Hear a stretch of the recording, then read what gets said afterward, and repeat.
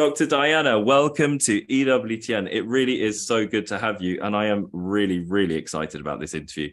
Before we get into it, I think it might be useful for our audience and your audience as well, just to explain that in this interview, you will be speaking from your own personal beliefs as a practicing Roman Catholic. So perhaps you would just like to explain to us how that's going to work for you today. Yes, absolutely. Generally, because I'm a professor and affiliated with a state university here, I speak from the perspective of religious studies and my research, which is non-confessional.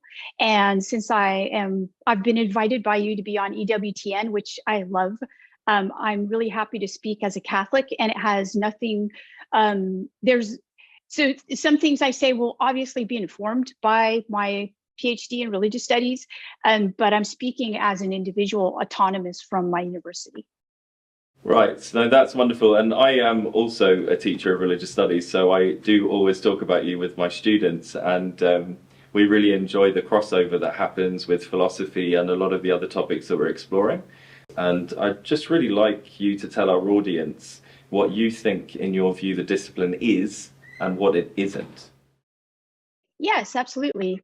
And actually, I don't know how this might differ from religious studies in your country. So maybe we can talk about that. But in my country, religious studies began actually in Europe with people who in the 1800s were very interested in lots of different things like sociology and archaeology and religion.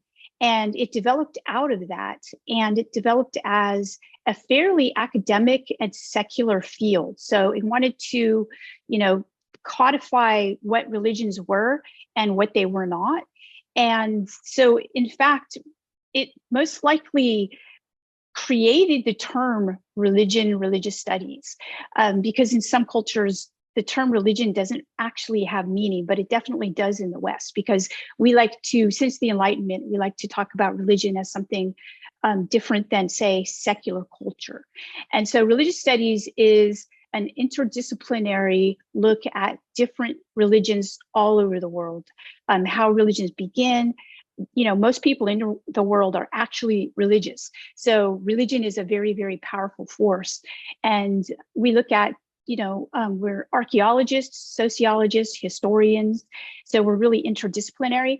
And what we try to do is, we can't actually say that our beliefs don't impact our research. They do. But what we try to do is we try to identify our beliefs and say, okay, I know I believe this, but what is the data showing me about this religion or this religious development? So we try to separate and bracket out our beliefs. That said, I was trained at the Jesuit School of Theology. At the time, it was in Berkeley, California in the late 1990s. And I did go to school with people who were in discernment about their vocation as a priest. And also I went to school with people who would become nuns and sisters as well. So it was a really wonderful environment. And I was able to also take academic courses at University of California, Berkeley. There's a lot to unpack there though still, because it's kind of bizarre. I mean, if you look at how the university systems developed, they all came out of monasteries, and you had this kind of medieval notion that everything ended up in philosophy and theology. So if children are encountering religion, I always start with religare, which is the word, and it means to bind and unify. That's the etymology. And it also has like a kind of medicinal dimension, like it's going to heal and transform you if you try and bind and unify all your knowledge and all your wisdom to encounter death, evil, suffering, reality, right? The cosmos, as you might say. So I do actually spend a long time defining religion as well, because it's quite surprising. Yeah, I do too. I spend a lot of time in the first 2 weeks of my courses with my undergraduates talking about what is religion, and once we get into that, a lot of students here will come already having a religion, but never having actually thought much about it. So it's really always an interesting thing for me to do, and I really enjoy it, because I think once people begin to understand their own religion, in many ways, they become much more committed to that religion because they didn't quite get it.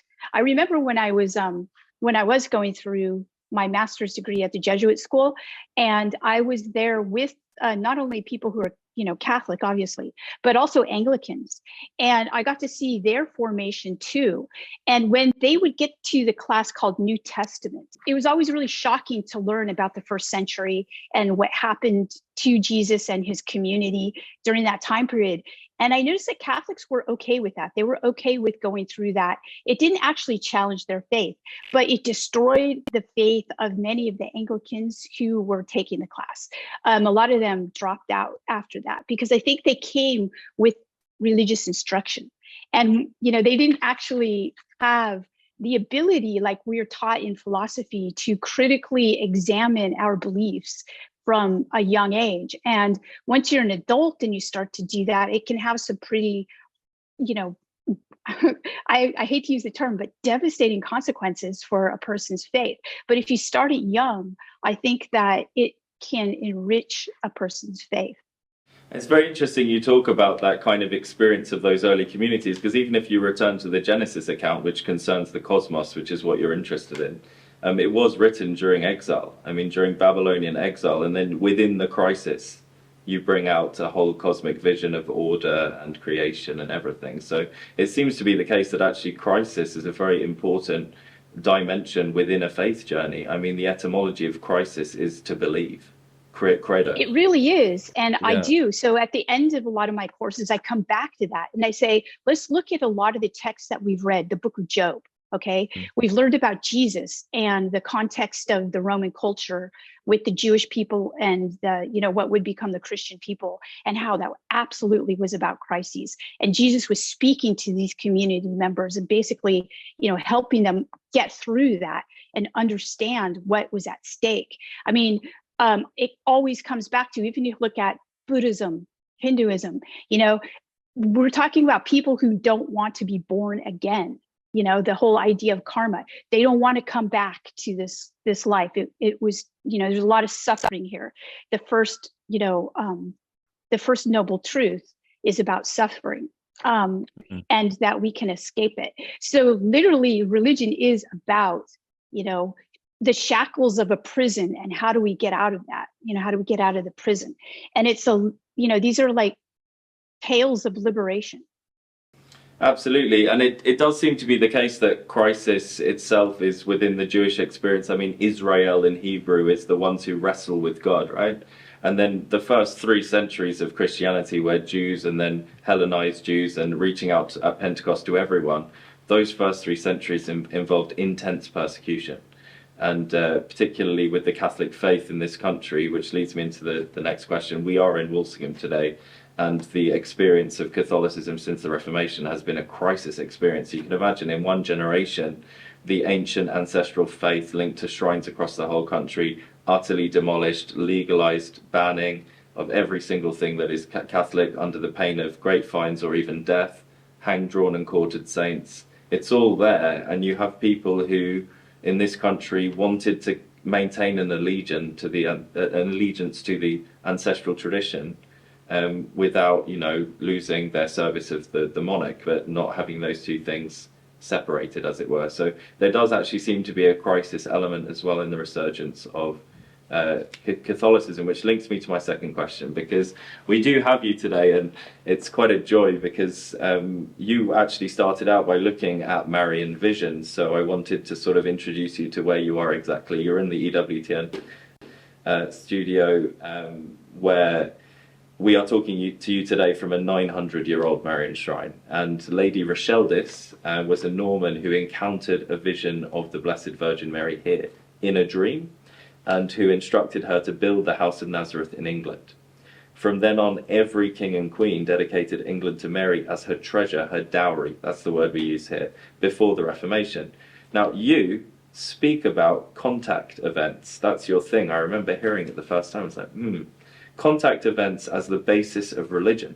So could you elaborate for us from that perspective and give us light upon why Walsingham here for us as English Catholics, but also, the whole of European civilization that used to come here, follow the stars. The Milky Way were called the Walsingham Way. You follow the stars to this particular point, hic, Latin, hic, here. Why is this the living soul of English Catholicism because it's based on a contact event. Could you open that up for us, please? Yeah, absolutely. So I defined this idea of contact events, and when I was actually studying, I was moving from the direction of studying the Catholic doctrine of purgatory, and my question was pretty simple with that project. I really wanted to know why purgatory was such a devotion for, say, our grandparents, and why now today young Catholics don't know what it is, and so in some cases they've never heard of it. And so I wanted to know what happened there. And so that led me to look at it was really like a 9-year study, and I went through a lot of archival research at different archives. So we're talking about European Catholicism, and in the 1800s and 1900s, then coming into the United States and Canada, and the Catholicism here. And so what I did was I found that there were a lot of events that had to do with the appearance. In religious studies, we would call these hierophanies, the appearance of the divine or the sacred. In Catholicism, we call them, well, actually, I think we still call them hierophanies, but we call them, especially within the tradition of Mariology, we call them Marian apparitions. And so I looked and I saw that Marian apparitions are contact events, in the sense that you have the Blessed Virgin Mary, and she chooses to come to people, generally young women, but all kinds of people. And she basically comes down, and she doesn't just give messages, because she does give messages, and generally they're very simple messages. Do penance, pray, maybe fast, and these kinds of things. But she also establishes a place. So you have Lourdes, right? You have all kinds of different places. It apparently where you're sitting now is a place, and I see her statue there behind you. So she establishes these places, often in a place that the surrounding area is in crises, and she comes to restore faith. And that's, I believe, why you're sitting there, and that has literally feeding the Catholics of England. And I do know about that and what happened. My book about purgatory, the research there, took me through a lot of primary sources through the Reformation and the terrible things that happened to Catholics during that time period. It was really very, very difficult to read through those. Often I would read, because there are no trigger warnings on old primary source material. So people will just write what happened and what they saw, the kinds of, people getting burned alive and things like this. I mean, it was really difficult. And of course, what type of trauma this might have on communities of people. So I believe that she shows up where she is most needed. It seems to be the case that wherever Mary appears, she assumes the cultural garb, racial profile, and language, and all these subtleties of any culture she appears in. So she doesn't appear as a Jewish woman. So that's quite curious. And you have things like, for example, Our Lady of Guadalupe. She's an indigenous, well, you would know all about this, in Mexico. She's got that, it's a completely miraculous image. You can go into her retina and see the visionary upside down. Scientists are not quite sure. Yes. It's quite amazing, but it's clearly, culturally, there's nothing in her image that is even Christian apart from a small button, I think, just here where there's a very faint cross. So why is it that Mary, does that show that it's a subjective experience, or what's happening? Just tell me what's happening. I want to know what's happening. So this is such a great question. And I do get that question a lot, not just with Marian apparitions, but also with other types of apparitions that we'll talk about perhaps later. So this question of, we live in a world where we assume that when we all look at something, we see the same thing. Okay.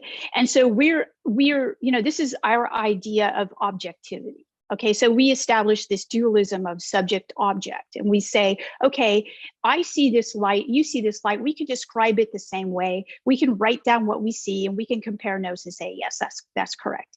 So we don't actually see this, we only see certain patterns reappear, but the actual language of Mary, when she comes and she, comes to these different cultures, first we have to always understand that we're talking about a superior intelligence. It shouldn't surprise us that these things are going to be confusing to us, and we're going to try to make them fit into a logical framework.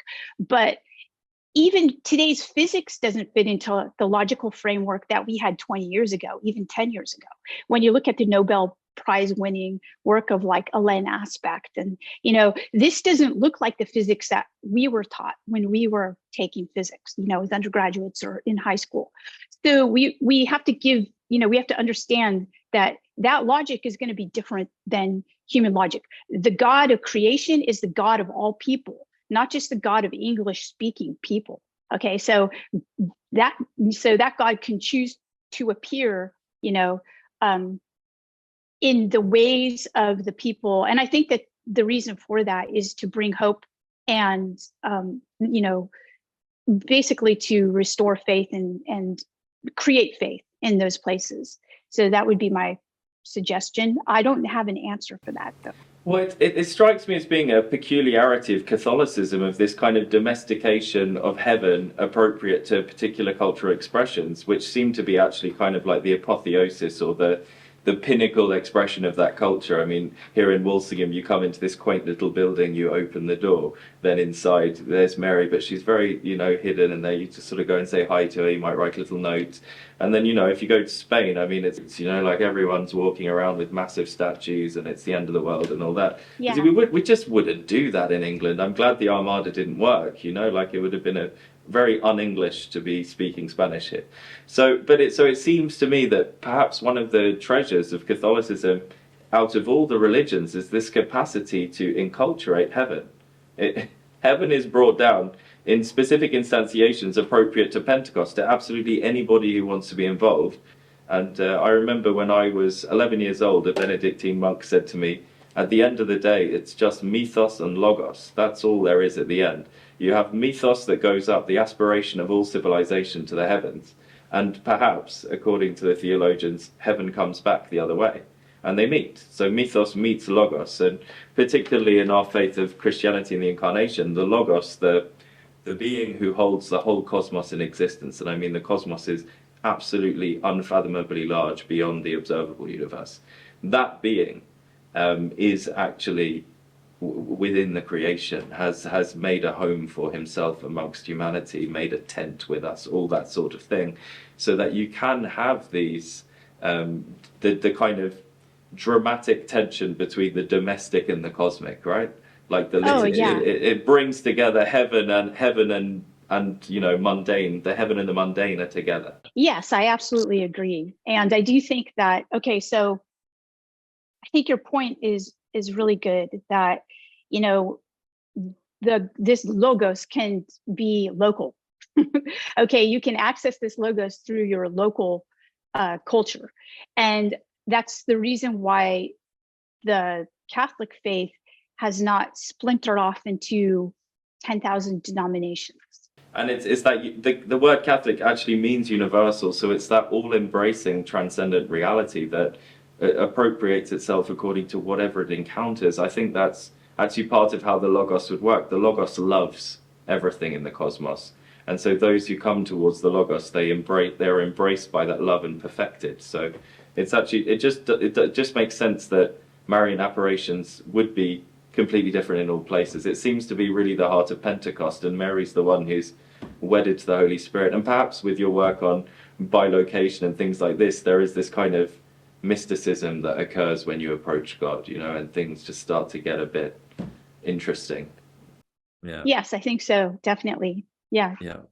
But I think all of that we're starting to talk about the contact event, which is great, because how I'm going to sort of pursue this is just to go through how you went in your academic journey, because the next thing that you entered into was a study of transhumanism.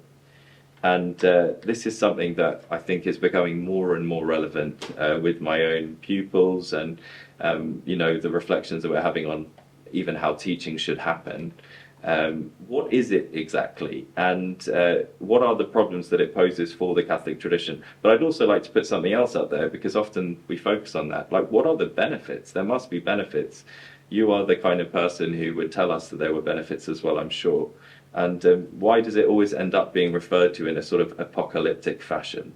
So what is it? What is transhumanism? Can you open it up for us? Yes, I think it's always been thought of as apocalyptic, but we have to understand that it's actually quite old. So when I did some work on transhumanism, and I spent, actually this was, during the time period that I was writing American Cosmic, or doing the research for American Cosmic. So I don't know if you know this, but the word transhuman is actually, it comes from Dante. So Dante, of course, being the author of the Divine Comedy. Really? Yes. So he identified the transhuman as Beatrice, right? So he's No, no, it's not from there, is it? No, yes, really. it is. But it's beautiful. Yeah, it's beautiful the way that he talks about it. So he talks about it as, as seeing the beatific vision of her, immersed in the divine love of God, and then it changing her countenance. And so he calls that, she says she was something different than human. She was a transhuman, something like something that had been changed by divinity. And I think that's really interesting, and it's definitely counterintuitive to discussions about transhuman today, because most people who are, or who call themselves transhumanists, would not identify their lineage coming from, a very Catholic lineage, right? And Catholics themselves who talk about transhuman would definitely not either. So it's very counterintuitive, but it's always, scholarship is always very surprising. And so when I looked at that, I thought it was really interesting, because this is how I approached transhumanism. And I worked with transhumanists to write some anthologies about this. One of which, by the way, was.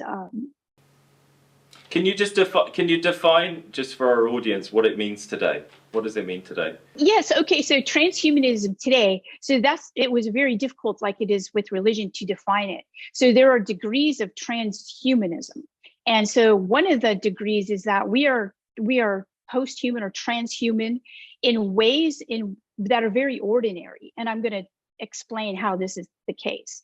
So transhuman could be a human who's augmented in certain ways by technology. That's how we talk about it today.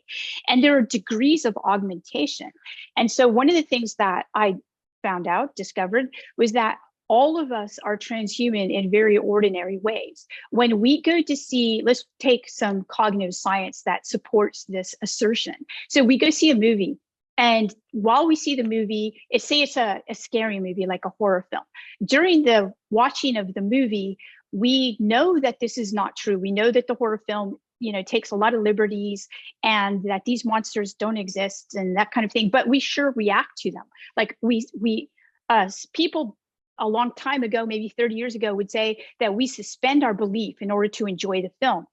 But what they didn't know, and what we do know today, is that we do actually believe it. So on very many levels, are parts of our unconscious mind, whereas our executive function believes it, right? Or doesn't believe it. We say, oh, no, that's not true. But still our body is reacting to it. And we even form memories when we look at these films. And sometimes we splice those memories into our own memories. And so this, I thought, was really kind of disturbing, because, when we do consume things, video games, in fact, the more immersive the thing that we engage with, the more immersive the media, the more we are going to form memories of it. And it's going to become a part of ourselves, a part of our memory banks, and a part of ourselves. So we're transhuman in the way in which we consume media. In fact, it changes our attention span. It changes our bodies. I don't know if you've seen students today, they have issues with their backs because they're constantly looking down at their phones. It changes literally a lot about our physiology. So in that way, in ordinary ways, we are becoming transhuman in that way.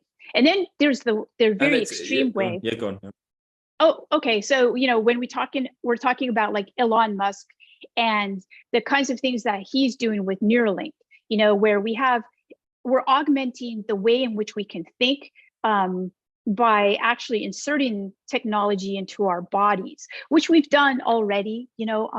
My mother has a hip that's not her own, and these kinds of things. So we're already using technologies to augment our bodies.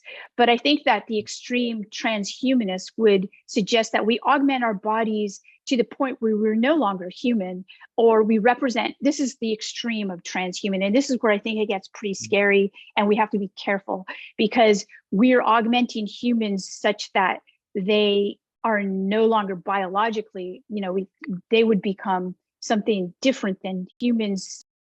And there's so much sort of theological context that you could unwrap with the Annunciation, because of course Mary is the one who receives the word, right?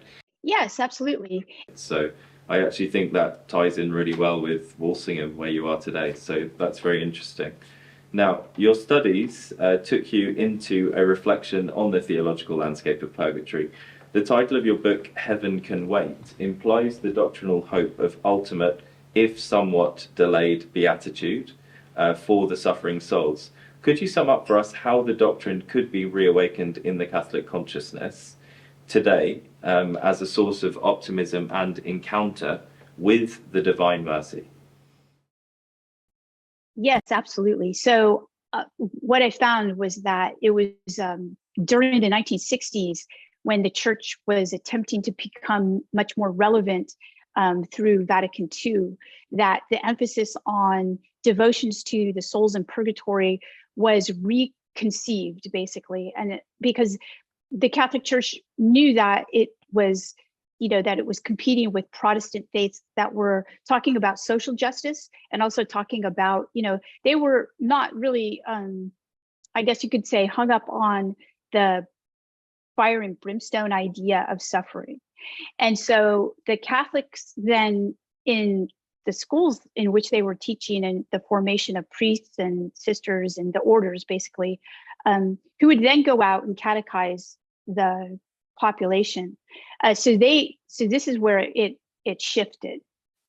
And so what I found was that there is a pushback to this shift. And I do think that there, even with the Mass, so a lot of young people were being, I guess, interested in the church, and they were being attracted to the church because of the sacraments, and because of the, what they saw as the beauty of the cathedrals, and also the Latin Mass. And so I saw a resurgence of this devotion to helping not just your own soul, and we're tasked with becoming saints, right? But also the souls that have passed on. And so I could see this as an ongoing project, actually. Is it an interdimensional place? Where is it? Oh, okay. So Purgatory. All right. So the church has gone back and forth on this. And the last thing that it was, Pope Benedict did a commentary on where is Purgatory? Because remember, limbo was said, okay, there's no longer limbo, And so a lot of people, then news organizations, asked me, is this Purgatory? And I said, no, it's not Purgatory. Purgatory is still there. And so Purgatory, where is it? So when people talk about Purgatory, they associate it with, sometimes they associate it with next to heaven, actually, because, that's a place of hope, because, there's hope still. And Pope Benedict basically said, we don't like to kind of think of it as an actual three-dimensional place, a physical place. We think of it as a state. Okay, so for a long time, Purgatory was thought to be an actual place, and people wanted to locate it. I think that even today, even with the new discoveries in physics, we can identify that there are other dimensions, and where Purgatory exists is most likely it's going to be more like a state. Does that mean that we won't because a lot of people ask me, will people still suffer there, or do penances, or how does this work? Yes, it will still happen that way. And there's so much that's intriguing there because death was a consequence of sin in our tradition. So it's not really a natural state to die. It's actually very unnatural. And then you have very intriguing things like the Rabbi Jesus saying the kingdom of God is now. So it seems to be the case that somehow, you know, where is heaven is the other question, isn't it? Like, what is actually happening when the eternal world enters into time? I mean, that's a sort of mystery, isn't it, at that point? It is, yeah. So you do see, and this is also the case in other religions. You see that a lot of people who are saints or who formed religions, like Siddhartha Gautama, the original Buddha, you know, things attributed to him suggest also this place out of space-time, right? That there's, you know, they have a much more sophisticated understanding of this idea that we had for a long time of linear time. Although we definitely experience linear time, we do know that this is very specific to our, you know, world, to our physical incarnation, I guess you'd call it. And it's a particular inheritance of the Enlightenment to have some kind of very codified understanding of how our time passes, as it were. I mean, in my philosophy club, my pupils will answer the question, what is time? And that is a real question. I mean, if you go outside into other cultures that haven't encountered the Western tradition, they don't even have a notion of what we would understand as being time, and may develop views where their ancestors are in communion with them, and all these things seem to happen organically somehow anyway. That's absolutely correct. That's what I found too. I do find in Catholicism, though, one of the main functions, and it does tie into some of your work later on, is the exorcistic function and also keeping the dead at peace. Those seem to be two things that Catholics do everywhere, wherever they go. And I think that's part of the evangelization, because people are like, that is actually a good thing to do. We want the dead to be at peace. And, you know, we want to, you know, be able to understand, you know, death in a meaningful way. Particularly in England, I mean, the Reformation here, the first move was to destroy all the vestries. That is how you break the religion. Because in the vestries, you offer mass for the souls of 700 years of people who've been worshipping God.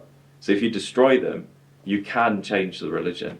And so we've never recovered. I mean, we say Happy Christmas and we say, you know, Happy Easter, and we're in the Catholic liturgical time.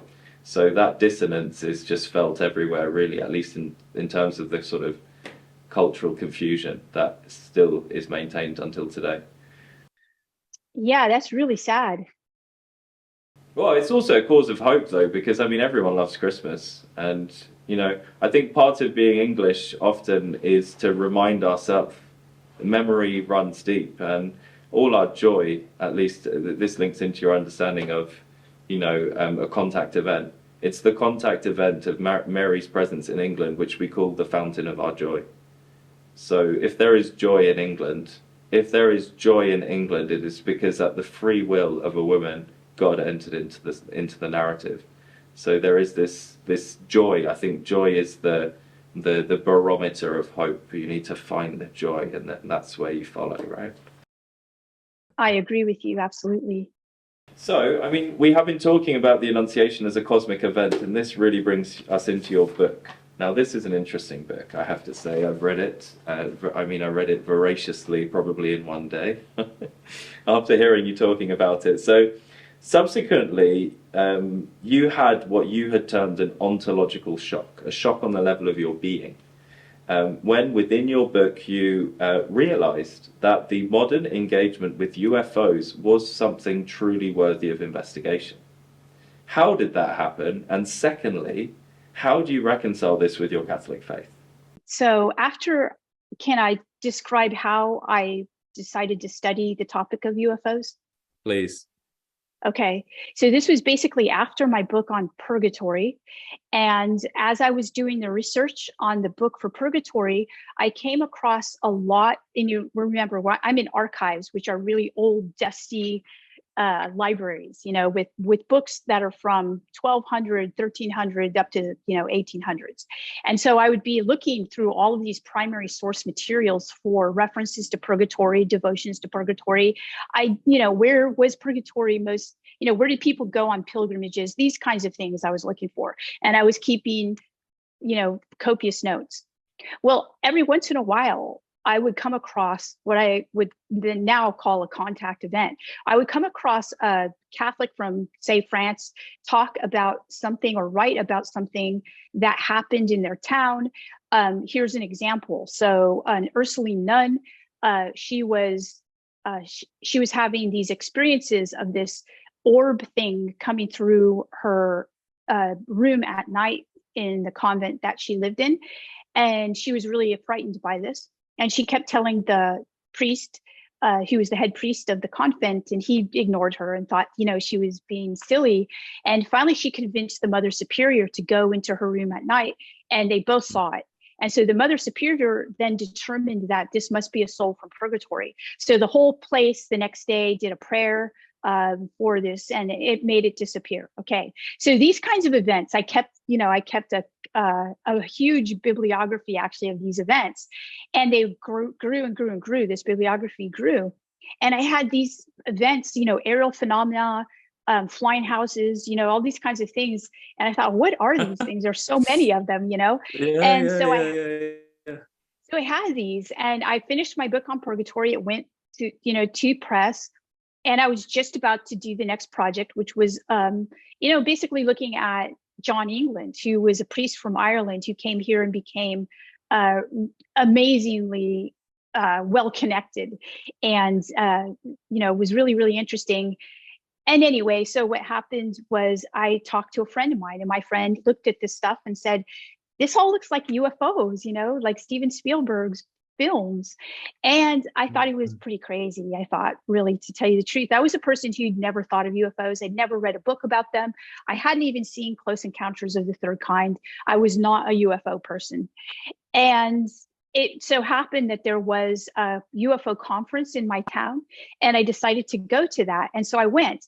And I heard people talk about their experiences, and it sounded so similar to what I had, my bibliography here. And I was like, wow, this is really interesting. So I decided to do a little research. And the more I learned, the more I realized that, okay, this is something that I should take a look at, because whatever was happening back then seems to still be happening. And so I wanted to take everything that I learned in my training and, look at the case of UFOs in our field. We have a whole group of people who do look at that, and it's not so weird, because there are a lot of religions that are quote unquote called UFO religions. So it's something that is not so off the radar for an academic in our field. So I was a full professor, chair of my department. So I thought, this is, I can do this, and it won't impinge on my reputation or anything like that. But what really then happened after that was what forced me into an ontological shock of what I thought I knew. Basically, it changed everything. It made me I was already Catholic, but it really made me a lot more Catholic, more devout. It kind of made me order my life. I thought, okay, maybe I was lazy before about certain things. I can't be lazy anymore.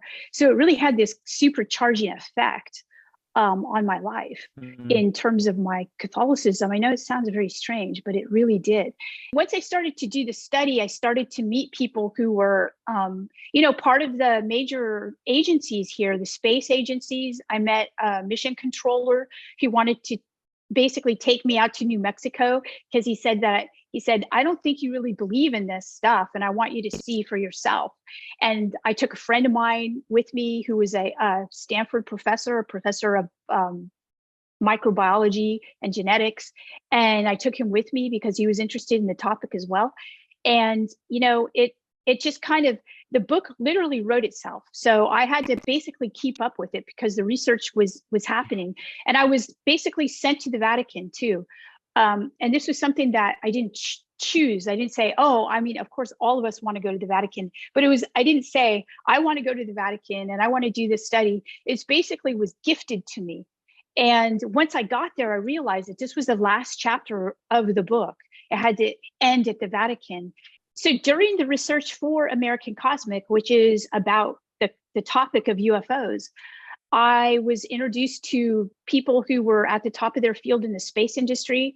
A lot of them had connections with CIA and the FBI, and they were very interested in this topic as well. So this catapulted me into a space that had never been in when I was doing my research in Catholicism, Catholic history, and I recognized that something actually is happening, and it's more serious than I thought. And it absolutely does have to do with my faith. And so it made my faith actually real to me in a way that it wasn't real to me before, in a way that was literal. Okay, it was a very literal understanding of contact events. And so that sobered me up in my life in a way that my historical work and my work in transhumanism and technology, I mean, these things I always did somewhat at a distance. I'd write about them and talk about them. But when I started to study UFOs, I recognized that there were contact events that were actually happening. And a lot of the people who were at the level of government that I was getting involved with were actually taking them more seriously than even Catholics, I found. And I thought, wow, I'd better start taking this a lot more seriously, because apparently it's all happening still. It wasn't just happening back in the first century, it's happening now. And so that really shifted my life. I think this is what's happening. There is a drama going on, and the drama is metaphysical. What is happening is that reality has remained the same. Reality doesn't change, it's reality, right? Our creation and our capacity to navigate reality is subjective and grows and develops, but reality is reality. And particularly within, as you say, the Catholic hierarchy of beings, you have extraterrestrial beings from the beginning. I mean, they're angelic and they're demonic. They're there. You can encounter them, and they can lead you into a reordering of your life. You better make sure you're speaking to the right ones, though, and where you're sort of downloading your information from, you're hoping that you're channeling something that is actually favorable to your future. So I think this would sort of help us navigate some further questions I have, because we do get theophanies in the Bible. They're happening.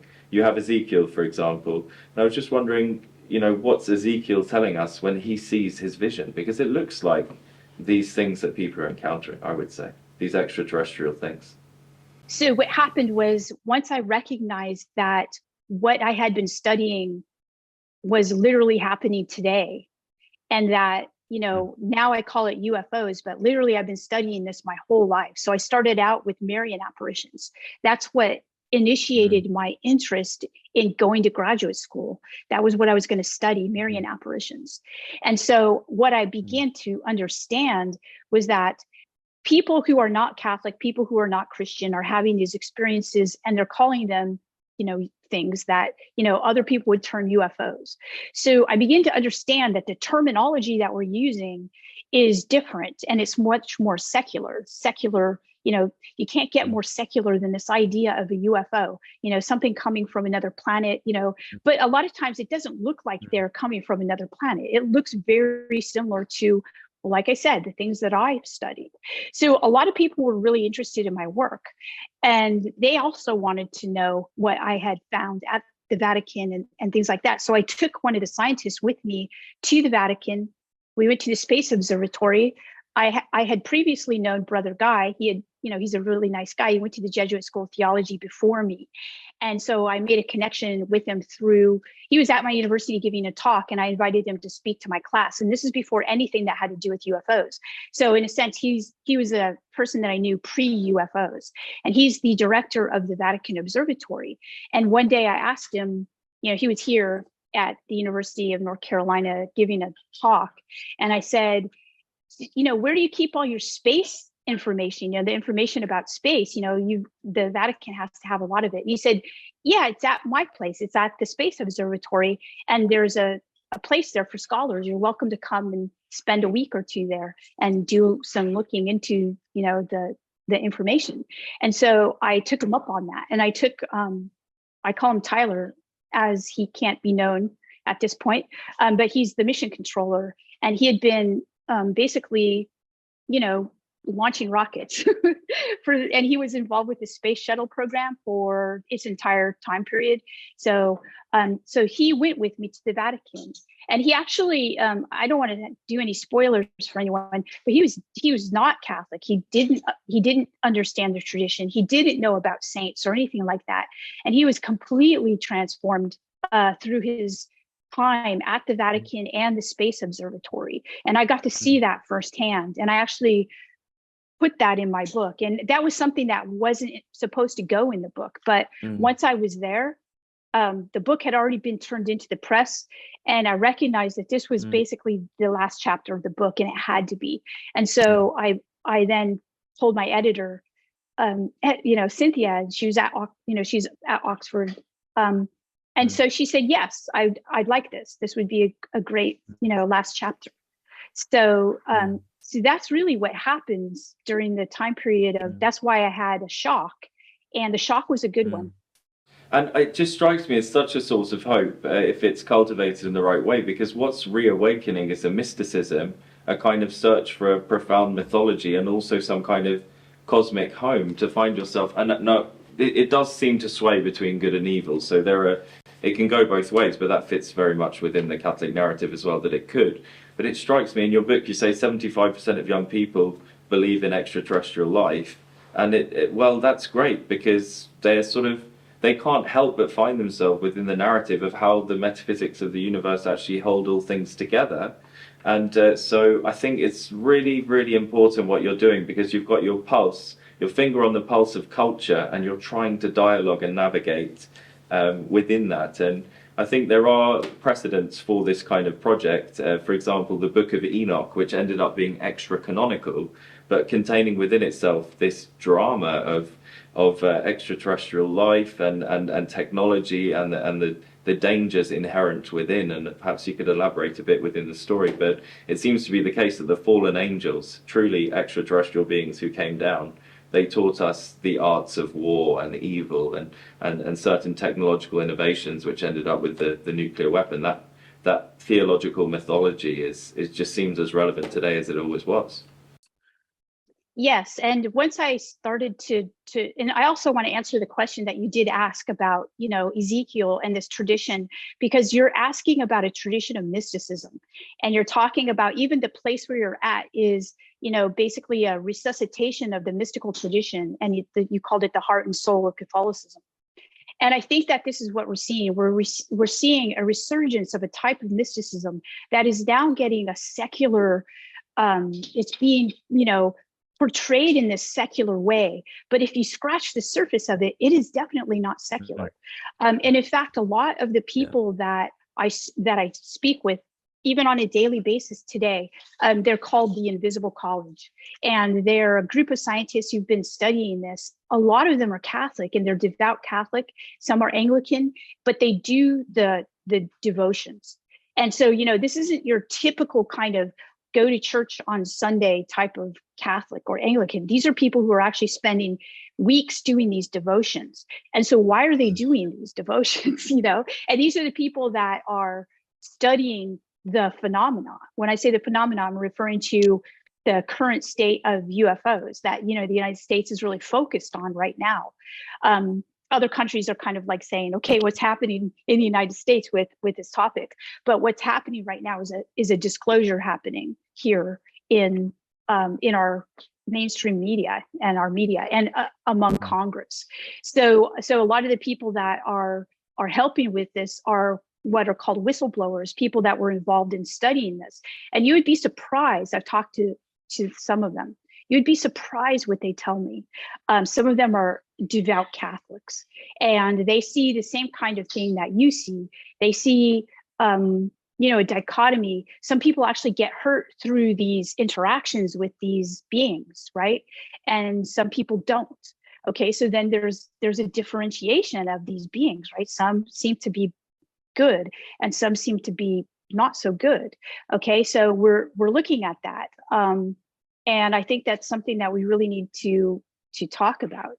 So this is, because this is what makes it something that's, some people smell soulful when these things, show up.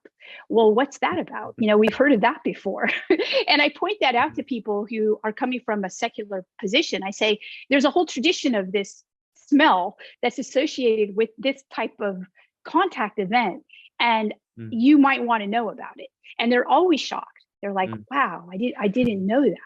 Yeah, Virginia, Brazil, Catholic young people see a being with red eyes, smell of sulfur for 7 days. Like, well, we've done that forever. That happens all the time. And I think that's part of the Catholic tradition actually on this point. It's like, this has always been happening. In the book of Ezekiel, the theophany happens, it's life-changing, it reorders your life, it's mystical. Great. Also, the fallen angels, they are on the bad side, they mess with your technology, they mess with your narrative, they drag you down to hell.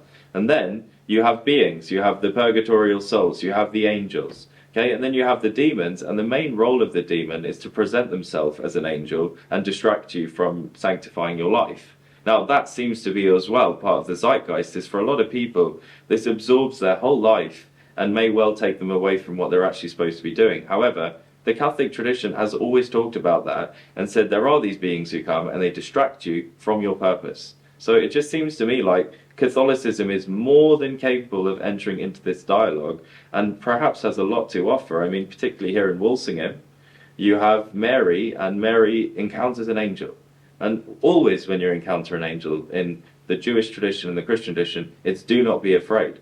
And you would be the first to tell me, I think, that the biblical angels are quite terrifying. I mean, you can Google them. People have regenerated them with AI. Wheels within wheels of eyes and different heads, and truly I sort of looked behind my hand at them because they're scary, and that's how the shepherds feel, and the people who see them, they want to die and they're terrified, right? They literally, there's nowhere to hide. William James, the qualities of religious experience, it's awe, it's the tremendous nature, the transcendent, all of that breaking through. Yes, that's absolutely the case. With Ezekiel and the tradition, the Jewish angelic tradition, which is the Merkabah tradition. So I do know scholars of this tradition who talk. I have two friends, acquaintances, colleagues who study this tradition, and they wanted to talk to me and tell me about it. And they wanted to link it to what's happening today with UFOs. And they also wanted, by the way, to link it to Jesus and St. Paul. They requested that I never say who they are because they have their, I guess it's something that they wanted the information out, but they didn't want to be identified with the information. They're at really prestigious universities, and they just didn't want to be known for who they were. So, but they did say there's a tradition of the angel contact event in Judaism, and you can see it through Catholicism, and then you can see it today, and the tradition looks the same. And so I'm not the only person in our field or even in theology who has identified this as, obviously. But what you do see is you do see a pushback from secular culture that wants to keep the UFO completely secular. Mm. But it strikes me that speech, communication, language, it's immediately mythological. Anybody who picks up this story in the journalism, in the papers, the academics, science is poetry. I've always argued this. Science is poetry. Science means to know. There's always been different ways to know. And the occult and remote viewing, that's always been part of it. On the Catholic side, it can open up with bilocation. It can open up with levitation. It can open up with, some kind of remote viewing. I think you brought this up with one of your Catholic mystics. And it just strikes me that one of the things that you can look at within the Catholic tradition which helps you is, what are the fruits? What are the fruits of the experience? Because there are charlatans, and I'm watching them in real time. They are having these experiences, and straight from the Acts of the Apostles, you have the magician. He comes to Jesus. In the Acts of the Apostles, they come to the disciples, the magicians, and they say, let's get some money for this Holy Spirit that you've got, and they were unable to embrace the faith because what they were doing was a different kind of contact, which ultimately, if you read the Catechism of the Catholic Church, it says the fruit of the occult is ultimately control and manipulation. And that's where the diabolical element would also come in, because I see that people follow sort of messianic cultic figures within the UFO tradition who are essentially operating with transcendent extraterrestrial contact, but the fruits are basically distraction, and also certainly I can see manipulation and control. So that would be on the sort of the dark side, I would say. Mm-hmm. Yes, I definitely agree with you. I think that, I do have people who want to initiate some type of contact with the phenomena.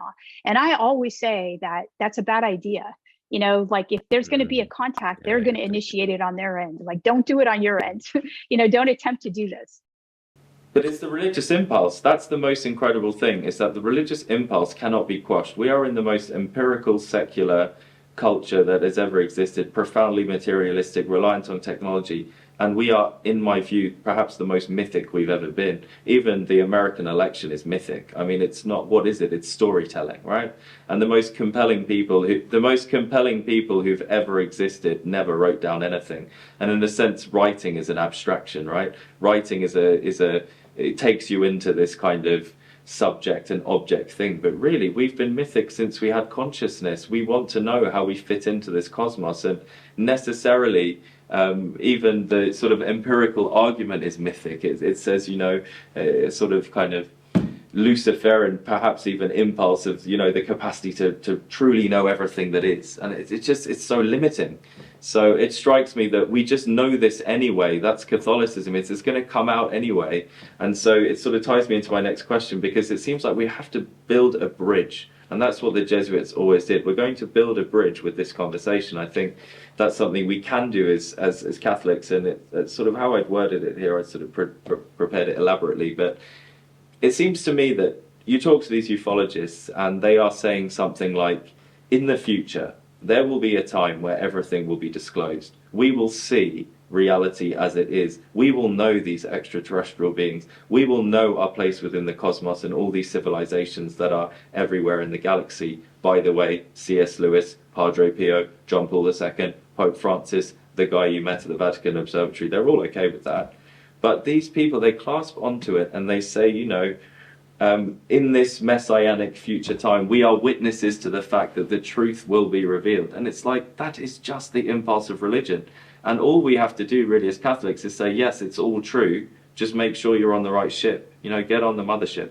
So yeah. I think that's the difference between a completely secular idea of this and, then a recognition, which takes some doing, takes some education, that secularism is just a political position. It's a political position. It's not an ontic reality, right? It's not actually how reality is, right? It's just what we say about the relationship between church and state in the United States, and it works there, okay? However, it's not the way things are. And once it has become that though, hasn't it? Yeah. Oh, it really has. People honestly think that religion is of the past and it's this other framework, and that secularism is more accurate to how the world really works, but it's not. And so once you start to uncover, they collapse the secularism into the empirical tradition and they think it's all the same thing, but it isn't. They do. No, it's not at all. And that's something that people have to get to and understand, but it's actually, it's the case. And so once we kind of wipe that away, then we can see that it's been disclosed. We shouldn't be waiting for disclosure. It's been disclosed. Exactly. Can I tell you something funny? I think you'll enjoy this. So it's been disclosed. On that front, I wrote to Mick West. You know Mick West? It's hilarious. I said to him, you're like Bertrand Russell, okay? You're like one of the best empiricists, David Hume. He's basically a very empirical, scientific computer guy who analyzes and debunks UFO footage, right? And so just for our audience. And I wrote to him, and you'll love this. I think you'll really enjoy it. I said to him, hey, I know what you can look at. You can look at this extraterrestrial being. She's called Our Lady of Guadalupe. Go and observe the empirical Tilma and tell me what's going on. I'd love you of all people, would be interested with this actual physical thing that is in the world that is profoundly mysterious. And he said, I'm not interested, but I did try, because I think that's the point, is within Catholicism, you want to empirically verify the incarnation and the revelation. That is the impulse. And, it's as much as doubting Thomas. I want to touch Christ and know that he is actually here.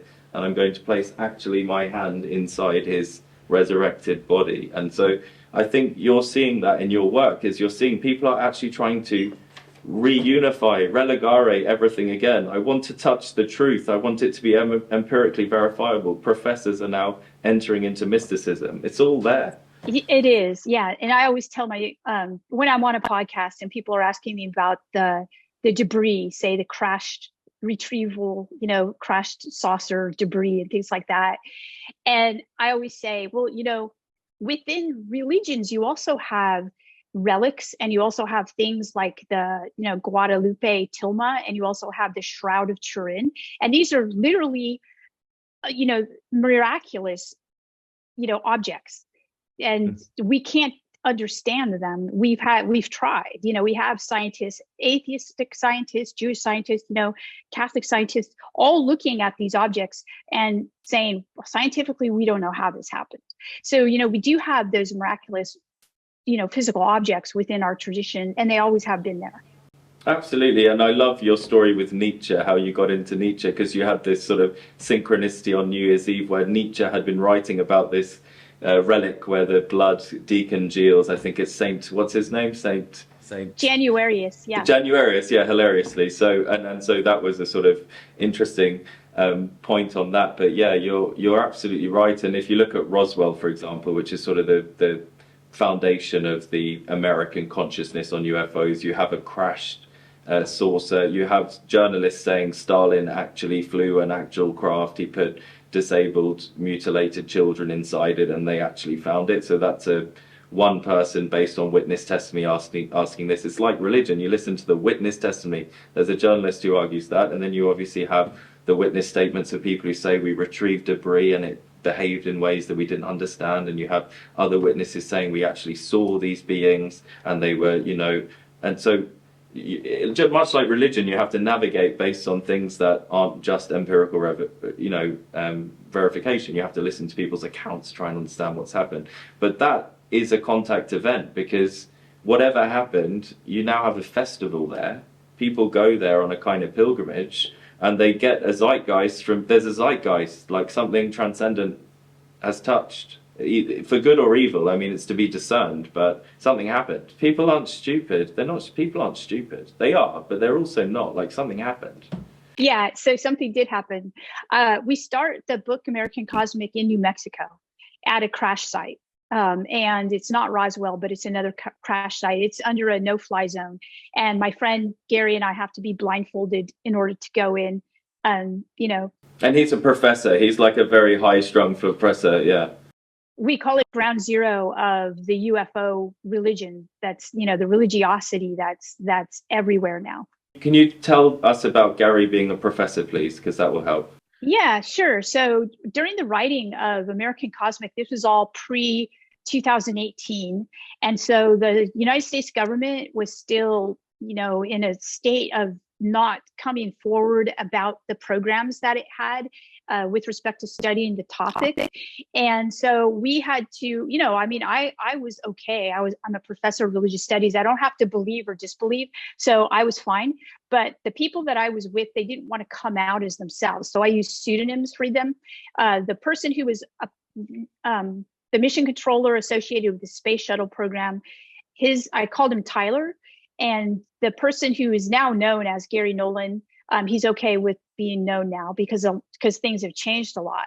And his name is, he's at Stanford University, and he's a very successful professor. And so he did analysis of what we found, the UFO parts of the supposed alleged crash, which I don't know what to think of, frankly. I'm just reporting it because that's where we went and that's what we found. We did find some things. And so he did do an analysis of those, and he does ongoing analysis of this. And now he's actually part of what's happening in the media in the United States with respect to disclosure. I mean, look at our religion. Our religion is that there is a being whose essence is existence, who holds the whole contingent cosmos in existence. That cosmos is inconceivably large, with billions and billions of galaxies. We cannot fathom this. There must be life on other planets, blah, blah, blah. That being is in the tabernacle round the corner. And I can pick him up and put him inside someone's body via their mouth. I mean, that's the religion. So, of course, if that's the true religion, then everybody's trying to do that anyway by virtue of following their natural impulse. So we are more than happy to have heaven on earth. That is basically the religion, the incarnation. Heaven, what is truly beyond the whole observable cosmos, is physically here. So of course you're going to get people who are finding bizarre things. I mean, that's obvious, I feel. It just fits in so well with Catholicism, and I think if we could just find a bridge and say, well, let's all be mystics and try and find out what's true, I think that's the way to go. Which sort of ties me into the next question, because you did work on The Conjuring, which is about Catholic exorcism, and this is about obviously navigating the demonic and angelic. So how would you advise anybody on the mystical impulse to make sure they're going in the right direction on this, because it can be a distraction, and I think it can also open you up if you're trying to channel things that are evil, terrible idea according to the Catechism. So what's a healthy way of navigating this based on your experience of diabolical possession? I found that in the major religious traditions, like Judaism, Christianity, these kinds of traditions, you actually do find a setup for protection. If you want to obviously contact God, through prayer or something like that, there are ways to do that. And this kind of affords a framework for the mystical impulse. Okay, so you do have this in almost all the major religious traditions.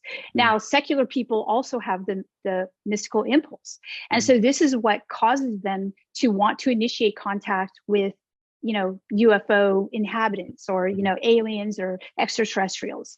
And what I found was that the lack of framework for people who haven't been, didn't have access to, say, the frameworks that exist in these religious traditions, this lack of framework causes people to go into lots of different traditions wherein they could possibly, initiate these contacts, and these aren't so helpful. So what happened was that I saw a lot of the research. Gary did a lot of research on the negative effects of the contact events, and a lot of them had to do with being burned, having radiation burns, or where people would actually be hurt. And so this is part of what I said, where I got sobered up, quote unquote. I began to see that there were definitely some pretty negative effects that people needed to be aware that if this was real, that they don't necessarily want this in their life. And Gary thought that too. So a lot of times he would say, people would say, oh, here's a UFO hotspot, Gary, you need to go. And he would say, no way, I'm not going. And I'm watching in real time these people, they very quickly can descend into all sorts of practices which we can completely advised not to go into by exorcists or the Catechism, some kind of occult communication with the dead, different forms of manipulation and understanding. And it doesn't surprise me that, sort of what they call mischievous spirits start, playing around with things. I mean, that's just straight out of any exorcist you talk to in the world. There's plenty of them. They're becoming more active. And I think Catholicism has always pushed the darkness away. I mean, that's what we're trying to do. So thank you for that. I do think that's helpful. And the mystical impulse is so philosophical. I mean, as soon as you realize that, your mind sort of is transcendent in a sense, it's not just your material brain. You're already outside of the cosmos. You're in this Socratic place of a transcendent thing that is beyond the physical, the metaphysical. And I really find with my pupils of philosophy that they very quickly gravitate towards mysticism. And I think that ties in with Nietzsche, because I think your evaluation of Nietzsche as a mystic is precisely what most of the young people I talk to are encountering, because they have a terrible idea of religion, and they think it's evil, and they also think it's contrary to reason. But as soon as they enter into a Socratic discussion, they are immediately mystical, because they are aware that the mind is not the brain. And at that juncture, they're already outside of the observable cosmos, which is unfathomably large. And then they can't contain that mystical experience that they are beyond the observable cosmos. And then what do you do with the mystical impulse, right? So what would Nietzsche say? How could you use Nietzsche well there? Because I think he is, as you call, a prophet, and that's looking beyond his obvious misogyny and obvious, unhealthy hatred of religion, I would say, and various forms of anger manifesting themselves, I think, in the way he writes. But what's useful there? What should we pick up on? So Okay, Nietzsche is one of the philosophers that I avoided at all costs, because every time I tried to engage with his work, I just found him to be repulsive, to tell you the truth. However, what happened was almost like a contact event with his work on a New Year's Eve, in which I picked up a book of his that a friend had given me. I was not, in the mind to do any kind of partying on New Year's Eve, which is what we do here. And I picked it up, and he was actually writing on New Year's. And I thought, oh, it was New Year's Day because it was midnight. And so I thought, okay, I was immediately struck by that coincidence. And so much so that I started to think about that coincidence.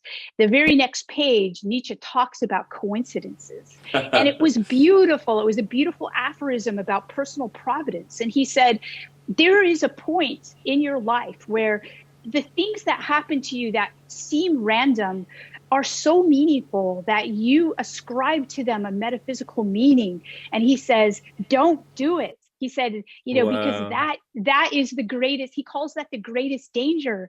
And I thought, wow, I'm actually, the experience I'm having is a negation of what he is telling me. And therefore I knew that not only was he wrong, but he was imbued with this type of an understanding of reality when reality becomes most mystical. And so I was hooked, and I had to read more. And I did. And I read everything he wrote, and I became a Nietzschean, but understanding that Nietzsche was in pain. Nietzsche was completely in pain, and you could tell. So he really, really was a mystic without the framework. And the only thing that really saved him was philosophy, was the ability to write what he experienced. So in a sense, I call him kind of because a lot of philosophers, like analytic philosophers, they don't really resonate with Nietzsche. It's the people who have a poetic soul who really know the people who are artists, and they're just on this side of philosophy, on the edge of philosophy.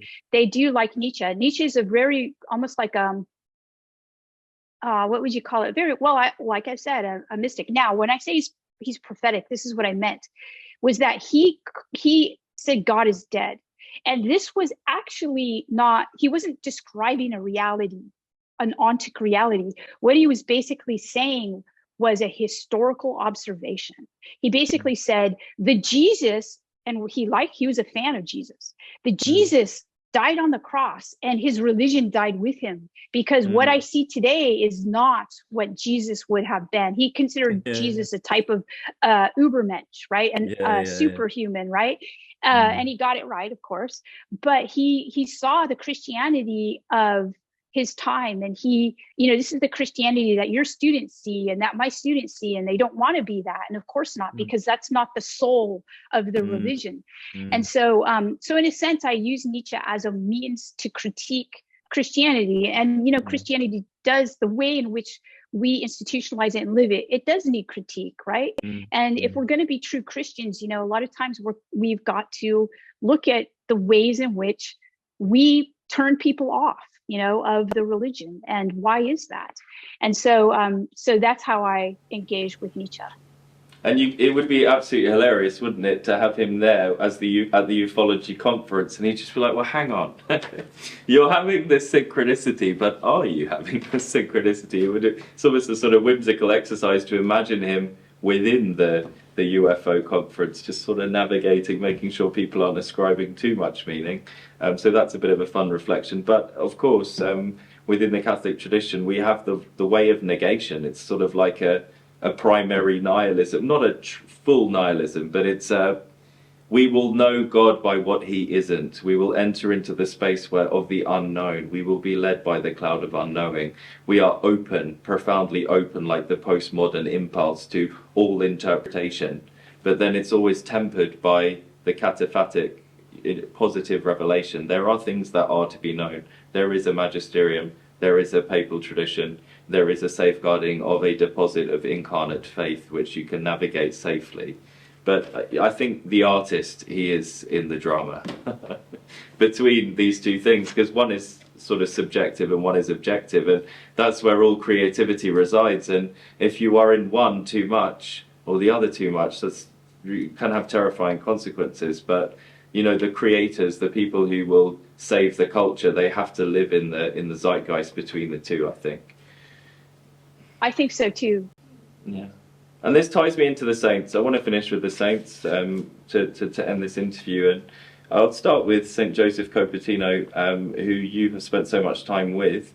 And he was a saint who was capable of levitation. I don't think he was capable of bilocation like St. Padre Pio, and he wasn't a stigmatist. But he certainly had this extraterrestrial movement. And I'm just sort of wondering, could you tell us how you think this was possible and how this fits into everything else that you've talked about today?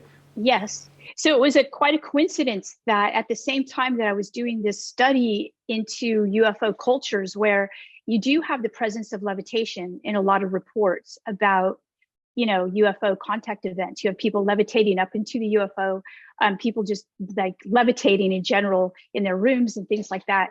Obviously, levitation is part of the Catholic tradition. And so it was a coincidence that I was asked to go to the Vatican and look at the trial records of Joseph of Cupertino. And what I found was that first of all, during the time period in which he was levitating, this was a time period that the church was actually cracking down on basically anybody who was doing something scary, right? And levitation is really scary if you see somebody do it. But what was really interesting was levitation. Yeah, levitation. So levitation is, of course, when the body seems to occupy another, basically it's not heavy like our bodies are, and it somehow defies gravity, and he's lifted off the ground. So a lot of people who were very interested in his levitations, these are the questions that they asked me to look into, was it appears that when he's levitating, if somebody tries to hold him down while he starts to rise, they also levitate as well. They also became part of this, like almost like a force that was around him. And you also see this with Teresa of Avila. So she also had some levitation episodes, and people would try to hold her down too. And often they would also go up. So you see this with some Marian apparitions, and, so what's going on, with this type of levitation? So there's a lot of people, a lot of physicists are interested in this, and they want to know how is it that they're able to defy gravity in this way? So what I found though, was that people were very open with giving testimony and signing their names. And if they had been found to lie, the punishment was pretty severe back then. But literally you have hundreds and hundreds of pages of people signing their names saying, yes, I am such and such in this village, and I saw Joseph levitate and arise in the air. And it was really pretty amazing. I mean, yeah, it's just it's always whimsical, I think, to be a Catholic, because you sort of see these things happening all through the history of the tradition. But I think that's where we can offer hope, and also the wisdom of our own tradition to help navigate this complex landscape and really incarnate ourselves in the narrative of this ongoing search, as much searchers as the other people who are looking. And I think within that we do have a figure which I think is absolutely perfect for this project, who is Hildegard of Bingen, canonized and then raised to Doctor of the Church by Pope Benedict, who was very much a commentator on how rationalism can encounter faith and mystical experiences. And of course, she is par excellence the cosmic woman. I don't think there's anybody else who writes like Hildegard of Bingen with regards to the cosmic experience. And I think that's why she was given as a Doctor of the Church, because she could in fact help us heal the navigation of this complex discussion between the demonic and the angelic on the issue of UFOs, extraterrestrial life, all that. What do you think? Absolutely. I think that hers is a mystical cosmism, and it's absolutely beautiful. And it always also reminds me of St. Francis and his idea of the cosmic reality as well, as being something very familiar to us and something that's not alienated, right? We're not alienated from it, but we're part of it. And let's finish there. Let's finish there. That is the place to finish, I think, because as this conversation is going, I mean, it could just go on forever, which is the whole point, right? We are somehow extraterrestrial. We could just do this into infinity. And I do want to say this to you. I think you should write a book on Hildegard of Bingen. I think that would be helpful for absolutely everyone in the secular culture and in the Catholic culture. Someone needs to make her accessible because she has been given to us as a doctor of the church for this time by a Pope who is obsessed with rationalism. So that's my take. I don't think anyone else could write it. And finally, in one sentence, there is a cause for the canonization of Tolkien. Do you have anything to say about him? Do you like him? What do you think? I love Tolkien. One of my fondest memories is my little brother and I, when we were around 12, 13, reading The Lord of the Rings from beginning to end. And at the very end, both of us having such a profound feeling of belongingness and wonder. That still is an amazing bond that I have with my brother. Everybody should read Tolkien too. Let's finish there. Thank you so much, Dr. Diana. You're a true joy, and I can't wait to have you back on this show soon. Thank you so much, Once Danny. you've written your book on Hildegard of Bingen. I'd love to come back. Thank you so much.